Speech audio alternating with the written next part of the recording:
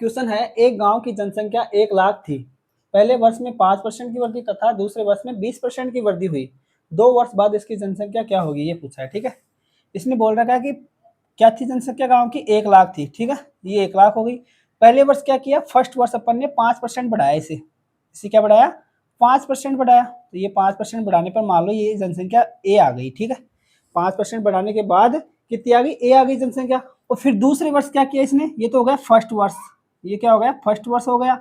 इसके बाद सेकंड वर्ष क्या किया इसने, दूसरे वर्ष में 20% की वृद्धि हुई, दूसरे वर्ष में 20% की वृद्धि हुई, तो ये हो गई 20% की वृद्धि। ठीक है, ये हो गई दूसरे वर्ष के लिए। ठीक है, सेकंड वर्ष हो गया। और जनसंख्या कितनी आई, अपन मान लेते हैं 20 जनसंख्या आई। देखो, ठीक है, इसमें देखो क्वेश्चन में क्या हो रहा है, पहले 1 लाख जनसंख्या थी, पहले क्या किया, 5% बढ़ाया, फिर बढ़ी हुई अमाउंट ए आई, उससे फिर 20% बढ़ाया, बढ़ी हुई पहले 5% बढ़ाया, फिर बढ़ी हुई अमाउंट पर 20% और बढ़ा दिया, फिर लास्ट में 20 जनसंख्या आई। ठीक है, अपने को बी की वैल्यू पूछा है कि 2 वर्ष बाद इसकी जनसंख्या क्या होगी, अपने को बी का मान पूछा है। देखो, पहले 5% बढ़ाया, फिर 20% बढ़ाया, बढ़ी हुई को 20% बढ़ाया, यानी क्या है, सक्सेसिव इंक्रीज है।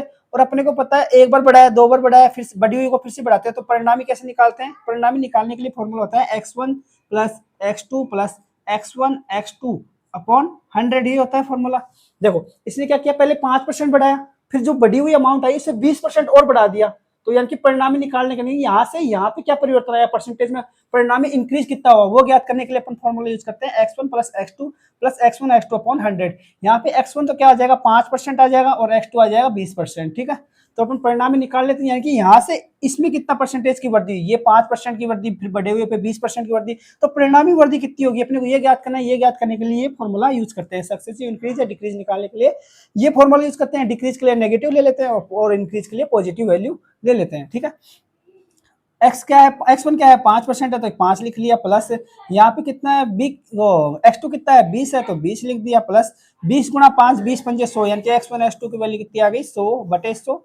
100 से 100 कट जाएगा, एक आ जाएगा, 20 से 5 25 से 26, यानी कि परिणामी परसेंटेज में वृद्धि हुई है, कितनी है, 26% की वृद्धि, यानी कि यहाँ से यहाँ की वृद्धि कितनी हुई है, 26% की वृद्धि हुई है। ठीक है, अपने को क्या पूछा, 2 वर्ष बाद इसकी जनसंख्या क्या होगी, 2 वर्ष बाद इसकी जनसंख्या क्या है, बी है, तो ये कितनी है, 26% अधिक है, इससे इससे कितनी अधिक है, 26%, यानी कि 26% की वृद्धि हुई है। परिणामी वृद्धि कितनी हुई है, 2 वर्ष बाद के लिए 26% की वृद्धि कर दें, तो ये अपने को कितना दे रखा है, 1 लाख, तो 1 लाख लिख लेते हैं। ठीक है, इस पर 26% की वृद्धि करनी है, यानी कि 100 पर 26 बढ़ाना है, यानी कि इसका अपन 126 बटा 100 कर सकते हैं। ठीक है, अब इसको सोल्व कर लेते हैं, 2 वर्ष बाद जनसंख्या आ जाएगी, यानी कि 126,000, ये आ जाएगी 2 वर्ष बाद जनसंख्या, ये अपना आंसर हो जाएगा, और ऑप्शन नंबर डी इसका आंसर हो जाएगा। ठीक है।